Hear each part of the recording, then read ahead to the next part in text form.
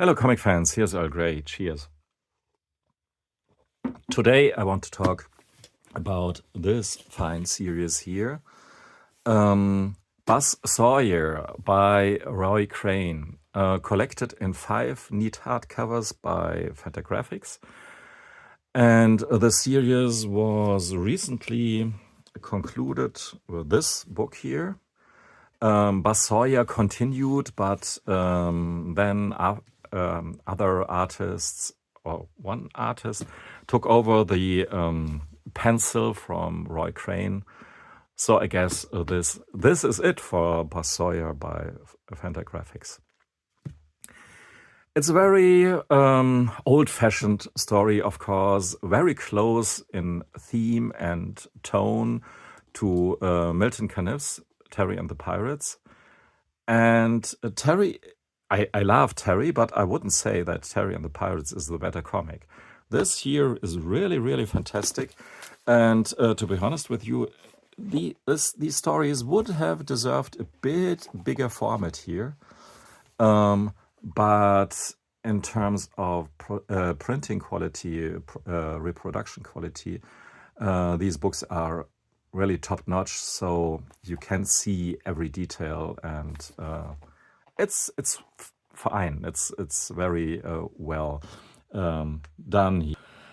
These are all the weekly strips. Sometimes they put in the back here the Sundays as well, but these were not as important for the story, so they just picked some of the Sundays who actually included our boy here, Buzz Sawyer.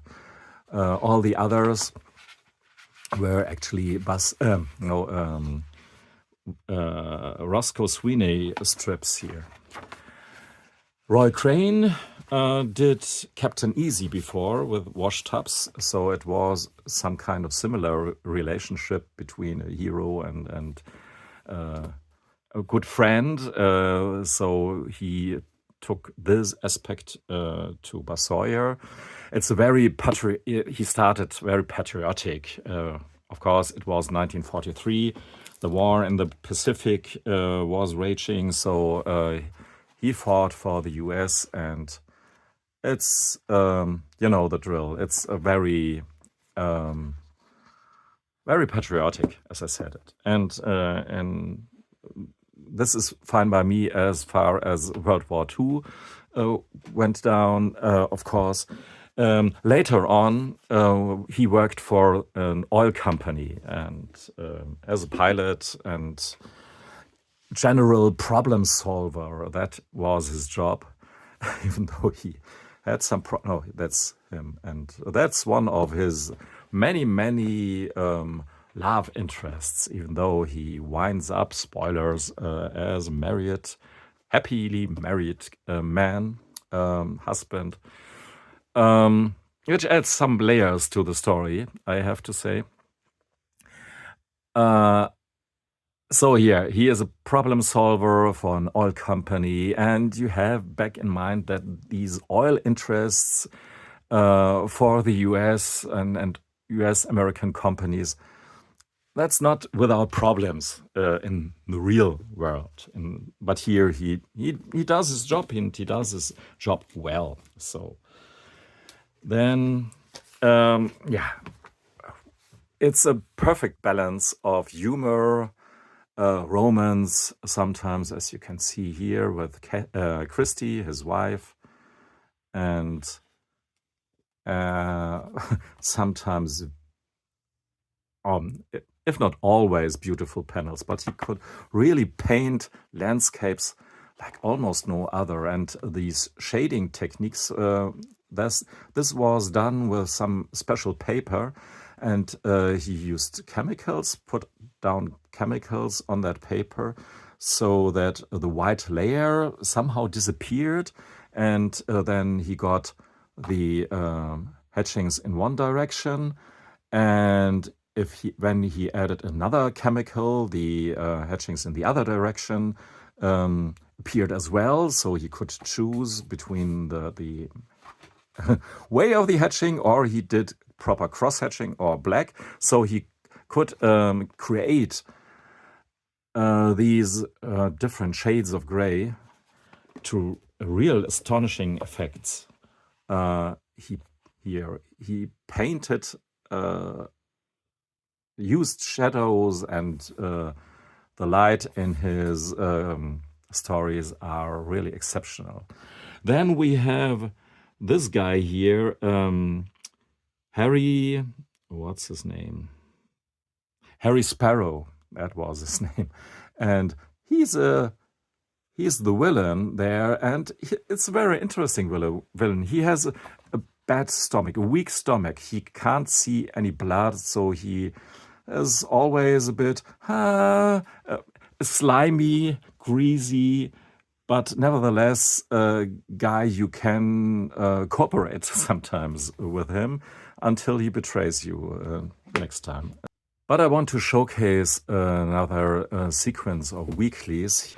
The context is Buzz Sawyer is in some kind of South American made-up banana republic, and he hijacks a train there, this steam train. And then he's chased by the villains, and there he goes. And he's chased by the villains, and really fantastic chase starts here. There they are trying to follow him. The chase continues over that bridge. Here we have our guys, and look how the light is shown here through these hatching technique, special hatching technique I tried to describe. And we have a clear focus of the light, and it's a light source within the jungle there, and full of dynamic, almost each of these panels. And even though you got back in the day just 1, 3, or maybe sometimes even just 2 panels, it's quite gripping and satisfying to follow this chase over the run of 2 or 3 weeks. What a great panel right there. And then, you almost guessed it, the bridge has to be burned. And there it goes. But that's not the final whistle.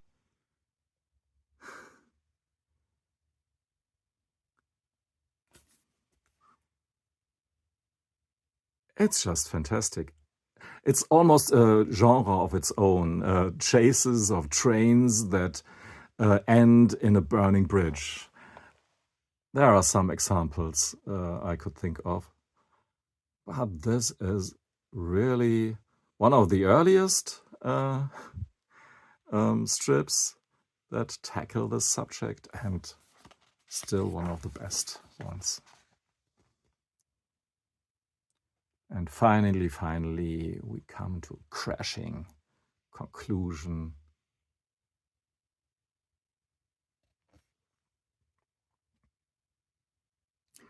And if I have not proven my thesis that Roy Crane and Buzz Sawyer is a very fine comic to you, then I don't know.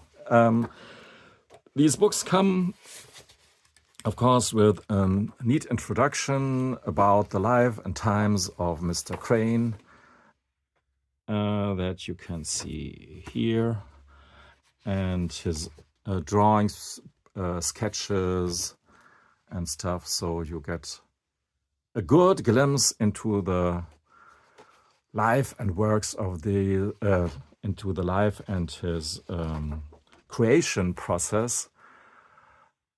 He was a great cartoonist for sure. And look at a picture like this. It's just a fraction of a panel, and you can blow it up like this, and it's still beautiful. So that was it for now. 5 books from Fantagraphics. And thanks for listening and watching. Goodbye.